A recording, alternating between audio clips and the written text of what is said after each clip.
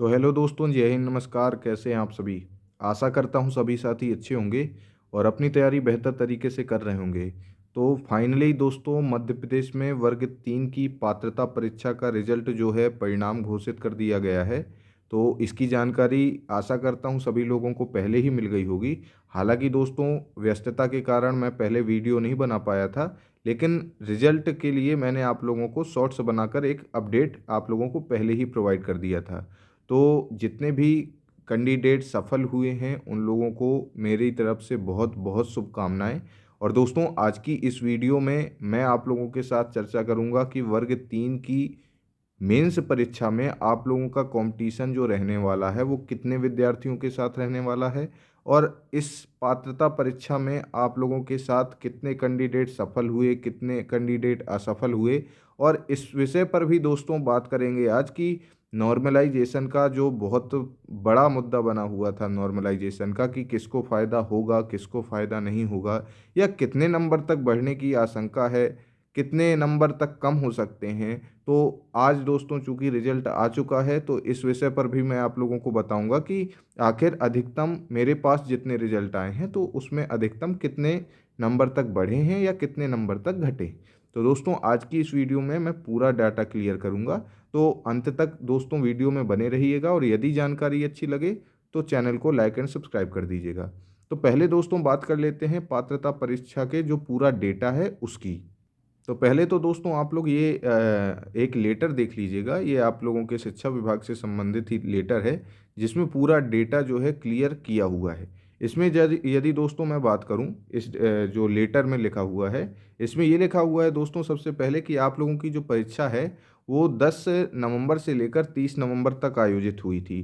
Total आप लोगों की 20 से 21 दिन परीक्षा चली थी। इसमें दोस्तों यदि मैं बात करूं कि कितने लोगों ने आवेदन किया था, तो दोस्तों इसमें 2,66,982, यानी कि यदि मोटा मोटा बात कर लें तो 2,67,000 बच्चों ने आवेदन किया था। इसमें दोस्तों जो बच्चे थे परीक्षा में अनुपस्थित नहीं हुए थे, वो लगभग 51,000 के आसपास बच्चे थे जो परीक्षा में अनुपस्थित नहीं हुए थे। तो परीक्षा कितने लोगों ने दी थी? आप लोगों की जो दोस्तों ये वर्ग 3 की पात्रता परीक्षा है वो 2,15,000 लोगों ने समथिंग दी थी। एक्यूरेट दो डाटा की यदि मैं बात कर लूँ दोस्तों, तो 2,15,835 विद्यार्थी थे जिन्होंने आप लोगों की वर्ग 3 की पात्रता परीक्षा दी थी। और दोस्तों इन 2,15,835 विद्यार्थियों में से जो पात्रता परीक्षा उत्तीर्ण की है, जिन्होंने जो पात्रता परीक्षा में सफल रहे हैं परिणाम आने के बाद, उनकी संख्या है दोस्तों 57,313।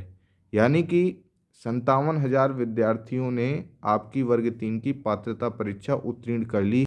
तो आने वाली जो दोस्तों वर्ग 3 की मेंस की वैकेंसी होगी जो भविष्य में आएगी, तो उस वैकेंसी के लिए ये विद्यार्थी जिन्होंने पात्रता परीक्षा उत्तीर्ण कर ली है मध्य प्रदेश की, ये उस वैकेंसी के लिए पात्र होंगे। तो दोस्तों आप लोग सोच रहे होंगे कि क्या केवल यही अभ्यर्थी हैं, 57,000 ही मेंस की परीक्षा में बैठेंगे? तो ऐसा दोस्तों बिल्कुल नहीं है। इससे पहले जो एमपी का टेट हुआ था वर्ग 3 का 2020 वाला, तो उसमें जो दोस्तों सफल अभ्यर्थी हैं, चूंकि वो भी मान्य किया हुआ है मध्य प्रदेश शासन के द्वारा कि यदि आप मध्य प्रदेश के जो टेट यानी पात्रता परीक्षा 2020 में उत्तीर्ण हो या 2023 के पात्रता परीक्षा में उत्तीर्ण हो, तो दोनों में से किसी में भी यदि आप लोग उत्तीर्ण हैं तो ये मान के चलिए कि आप वर्ग 3 की मेंस परीक्षा में बैठने के योग्य हैं। तो दोस्तों 57,000 डेटा तो ये हो गया आप लोगों की जो अभी की पात्रता परीक्षा हुई है। यदि दोस्तों इससे पहले की पात्रता परीक्षा के विद्यार्थियों की बात कर लें, तो जहाँ तक मुझे याद है दोस्तों, अभी चूंकि वो पुराना लेटर मुझे नहीं मिल पाया है, लेकिन जहाँ तक मुझे अभी पता है तो समथिंग आप लोगों के 90,000 बच्चों के आसपास हैं जो वर्ग 3 की 2020 की पात्रता परीक्षा में सफल हुए थे। इसमें दोस्तों हो सकता है कुछ डेटा 5-10 हज़ार का ऊपर नीचे हो, लेकिन जहाँ तक मुझे अभी याद है कि वर्ग 3 का जो 2020 में पात्रता परीक्षा हुई थी उसमें 90,000 बच्चे के आसपास क्वालिफाई किए थे। तो दोस्तों 57,000 ये बच्चे हो गए और 90,000 वो बच्चे हो गए। तो टोटल दोस्तों जो वर्ग 3 की जो मेंस की परीक्षा होगी, जो मुख्य परीक्षा होगी चयन परीक्षा, उसमें आप लोगों का कंपटीशन टोटल 1.5 लाख अभ्यर्थियों में से रहेगा। और दोस्तों 1.5 लाख अभ्यर्थियों में आप लोगों को पता है कि इसमें भी सभी तरह के रिजर्वेशन लगते हैं। महिलाओं का अलग रिजर्वेशन है। आप लोगों के जो अतिथि शिक्षकों का 25% से बढ़ाकर 50% कर दिया गया है, ये अलग रिजर्वेशन है। तो 1.5 लाख अभ्यर्थियों में ही आप लोगों का जो कंपटीशन है वो रहना है। तो जितने भी साथी सफल हो गए हैं उनके लिए बहुत बहुत शुभकामनाएं। और जो दोस्तों किसी कारण की वजह से या नॉर्मलाइजेशन के कारण की वजह से 1 या 2 नंबर से रह गए हैं, तो दोस्तों निराशा तो होती है। मैं अगर कहूँगा भी कि आप लोग निराश मत होइएगा, तो देखिए जब रिजल्ट आया है आप लोगों का तो थोड़ी बहुत निराशा होगी।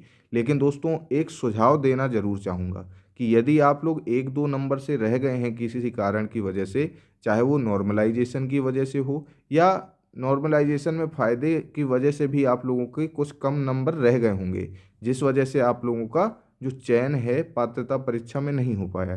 तो दोस्तों निराशा से उबरने के लिए आप लोगों को 1 2 दिन लगेंगे, लेकिन 1 2 दिन दोस्तों इसके बाद यदि आप लोग निराशा से नहीं निकलते हैं तो कहीं ना कहीं आप अपने साथ ही धोखा कर रहे हैं। तो दोस्तों परिणाम, सफलता भी मिलती है, परिणाम में असफलता भी मिलती है, लेकिन दोस्तों उससे उठकर आगे बढ़ने वाला ही हमेशा विजयी होता है। यदि आप लोग असफल भी हो गए हैं तो दोस्तों इसमें निराशा आने पर भी निराशा से निकलकर जो आगे लड़ेगा वही भविष्य में विजयी होता है। तो बस दोस्तों आप लोगों के लिए मैं इतना ही कहना चाहूँगा कि जो साथी असफल हुए हैं वो निराश ना हों, अपनी जो तैयारी है क्रमबद्ध रूप से आगे भी करते रहें। आप लोगों को आगे भी बहुत सारे मौके मिलेंगे। यदि मैं बात कर लूँ तो केवीएस की वैकेंसी दोस्तों केंद्रीय विद्यालय की आने वाली है, जो सीटेड बेस पर ही आएगी।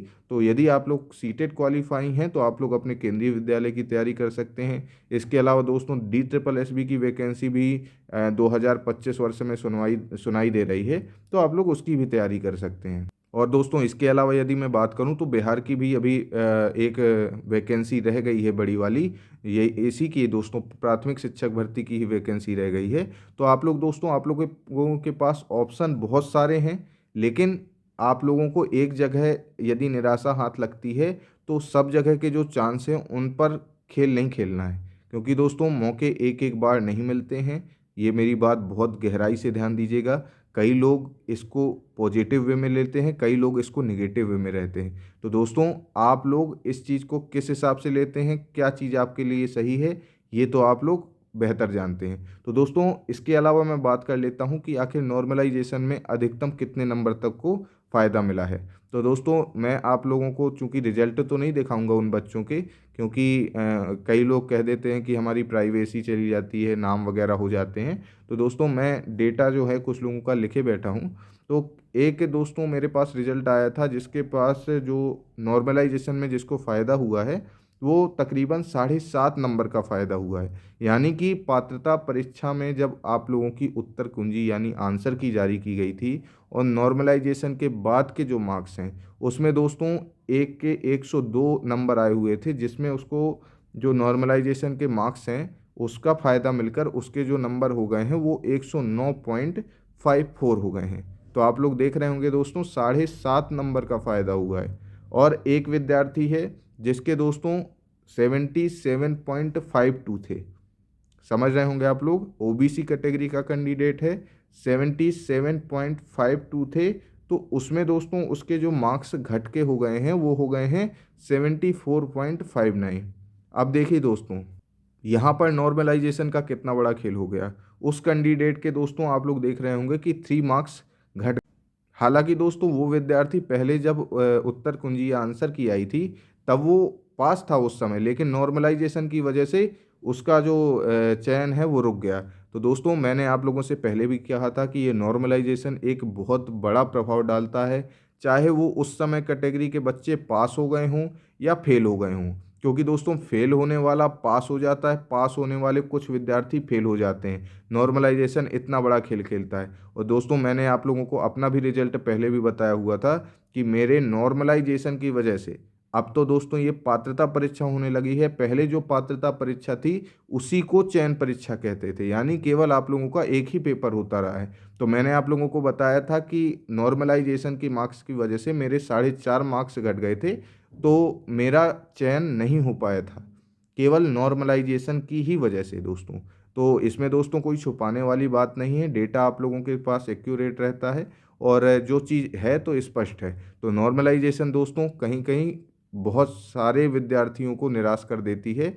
हालांकि दोस्तों ये प्रोसेस सबके लिए समान है, किसी के नंबर घटे आते हैं, किसी के बढ़े आते हैं। तो दोस्तों अधिकतम जो मेरे पास डाटा आया है तो वो 9 नंबर तक नॉर्मलाइजेशन में उसको अधिकतम मिले हैं। और यदि दोस्तों मैं माइनस करने की बात कर लूँ कि अधिकतम नंबर कम कितने हुए हैं, तो 7 नंबर तक अधिकतम कम हुए हैं। इससे ज़्यादा भी दोस्तों हो सकते हैं कि कम हुए हों। हालांकि दोस्तों मेरे पास अभी कुछ ही विद्यार्थियों का डाटा आया था, उसी डेटा के आधार पर मैं आप लोगों को ये आंकड़े बता रहा हूँ। तो दोस्तों एक बार फिर से जो सफल हो गए हैं उनको शुभकामनाएं, और जो असफल हो गए हैं वो रुके नहीं दोस्तों। आगे आने वाली जो वैकेंसियां हैं, टीचर की वैकेंसियां हैं या अदर वैकेंसियां हैं, उनकी आप लोग तैयारी करते रहिए। तो आशा करता हूं दोस्तों ये जानकारी आप लोगों को अच्छी लगी होगी। तो यदि दोस्तों जानकारी अच्छी लगी है तो आप लोग चैनल को लाइक एंड सब्सक्राइब कर दें। मिलते हैं दोस्तों हम लोग अपनी नेक्स्ट वीडियो में, तब तक के लिए जय हिंद, नमस्कार।